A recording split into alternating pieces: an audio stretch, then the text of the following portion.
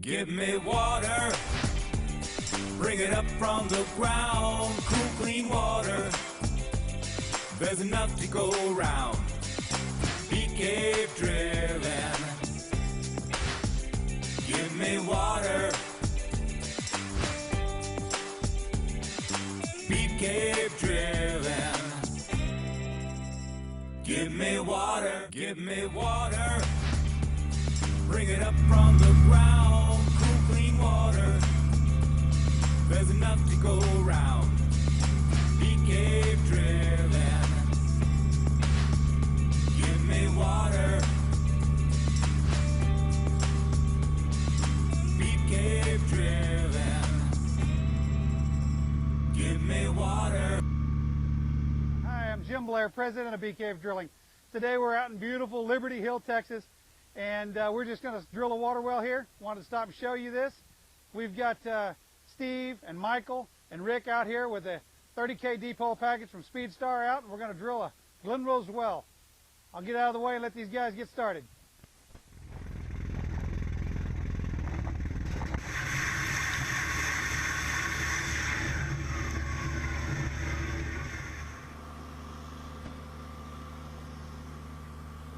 So this is the surface bit that we use to drill this hole. This is an 8-inch downhole hammer, and this is the hammer bit. This part here is kind of like a jackhammer. It makes this bit travel up and down and pulverize the rock. The air that's coming out of it lifts that rock out of the hole and blows it out here on the ground. The main bit that we'll use to drill this well will be this 6 3/4 inch PDC bit. It's a diamond drill bit that just drills with a scraping action. All right, do your thing. All right, so here the guys are setting the diverter. It's a piece of 10-inch steel pipe that we're going to shove in the ground. And basically all it does is catch those drilling cuttings as they're coming up the hole and blow them out of hose out the side, so it keeps them clean and safe, and we can blow those cuttings anywhere you want them.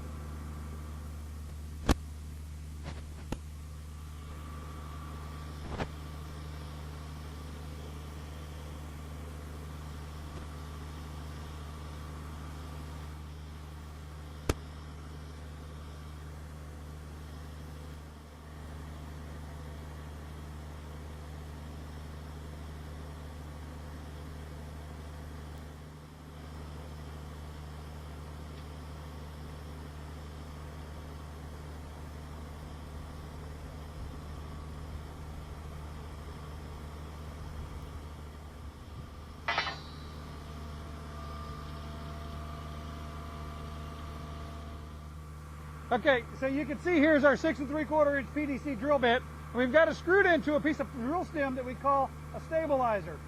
It's got ribs on the side of it, and the outside diameter of this is about 1/4 of an inch less than the outside diameter of this. This pipe is 10 foot long, and what that does is it keeps the hole straight.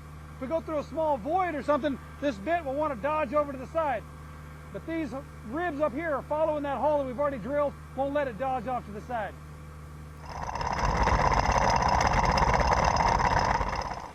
So we're showing you now that we're blowing our drilling cuttings out through this buoy line, out through the diverter. They're dry right now, so we can come over, we can get a sample of them, see what they look like. Now you'll notice that it's a little bit dusty right now. If this is too much of a problem on your site, we could put on a bag that contains all those cuttings, keeps the dust down, so it looks a lot better.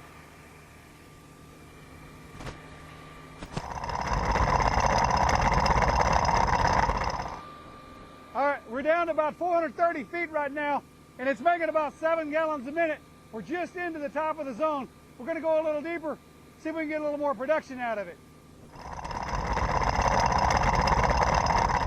All right, so we got the well drilled down now. We're at 470 feet. We got a few more feet to drill. It's making 20, 25 gallons a minute. You can see that blowing out here. I wanted to show you some of the cuttings. This is the production zone. It looks like a quartz, kind of a rock. It's limestone based, but that drill bit is chewed it right up. Got us some good water. Okay, so we've got the well drilled now. We're down to 480 feet. The guys are doing a bucket test on it. We just did a few of them. Every time it takes about 15 seconds to fill that bucket, which comes out to be about 20 gallons a minute. It's a good strong well, starting to clean up. In a little bit, we're going to pull the drill stem and put the casing in the hole.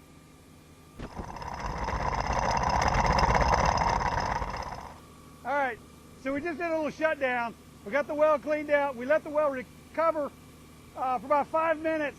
So this big slug of water we're fixing to get is all the water that it produced while we were shut down. It's a good indication it's a good strong well.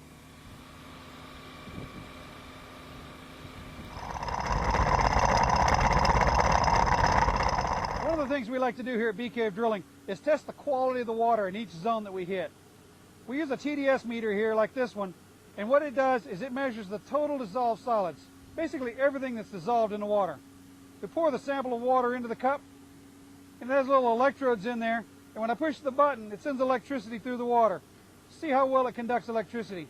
You can see this water is testing at about 510 TDS. What this allows us to do is to determine if some areas have bad water and maybe you have deeper water that's better water. We can cement off, seal off certain zones to give you the good water. We don't have to worry about that on this well. This is 500 TDS. This is great water. This is better than most city water in most areas.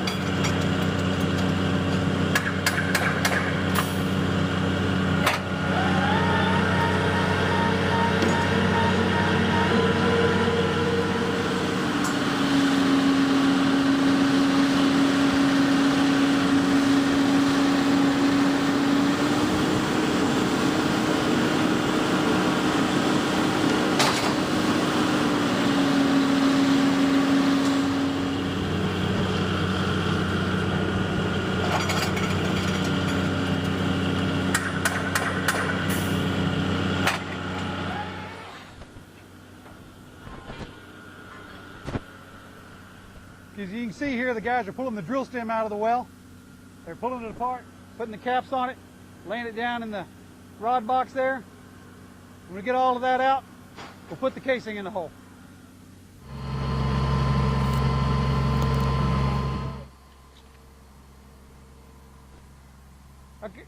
Okay, so first joint going in, casing. We're going to put this perforated casing in. This is going to let the water in. We're going to have a couple of joints of that perforated casing. Let that water in down where the production zone is.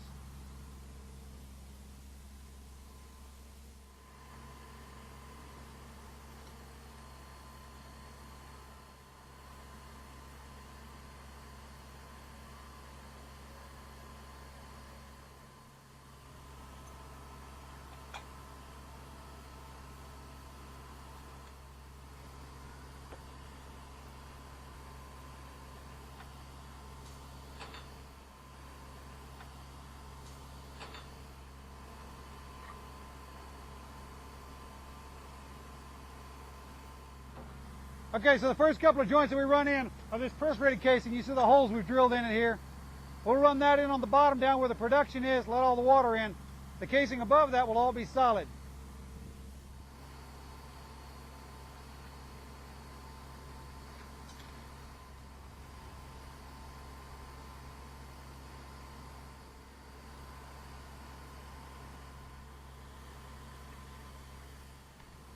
So now the guys have got the perforated casing down in the well. Now we're going to install what we call packers. They're a seal on the outside of the casing that seals between the casing and the borehole wall. We'll put them down just above the production zone to stop any clay and any sand, any bad water from migrating down the outside of the casing and getting down into our production zone.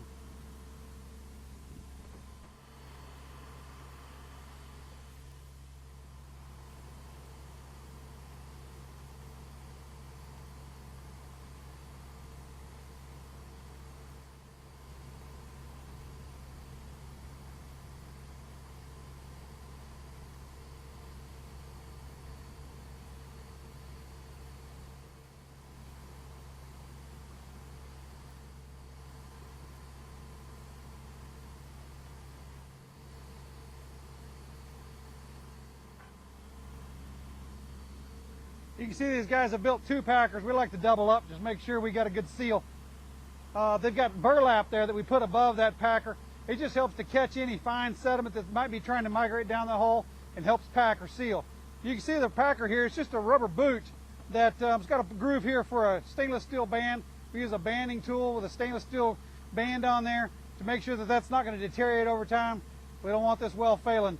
You can see that this rubber is kind of flexible. It's a little bit bigger diameter than the hole we drilled. It's actually 7 inches. We drilled a 6 3/4 inch hole, and that's going to assure that it gives us a really good tight seal against the formation down there.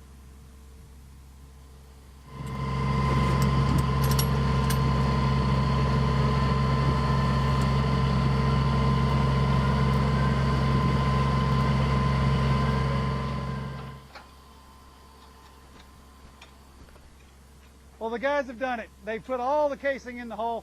This is the last joint going in right now. One of the things that we like to do at BKF Drilling is case all of our wells all the way to the bottom as best we can. We don't want to get that pump down below the casing, get it hung up in a cave or in a formation or hang ball on the bottom of the casing. We want it to go all the way to the bottom, set the casing down in the bottom hole just like that. Now we're going to rig down, move the rig off the site, and we're going to cement this well. We've got those packers we put on the casing 50 foot down, and that's going to catch this cement that we're going to pour in the hole. This cement's job is to seal the casing to the borehole wall so to prevent any contamination from getting in, contaminating your water.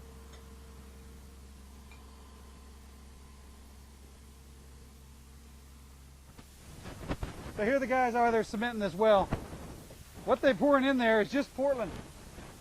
Portland and water. They mix it in this barrel, pour it down the hole. We don't use any sand, any gravel in this. It's called neat cement. It's required by the state. We put 50 foot of it in there. The state only requires we do 20 feet, but we like to do a little extra.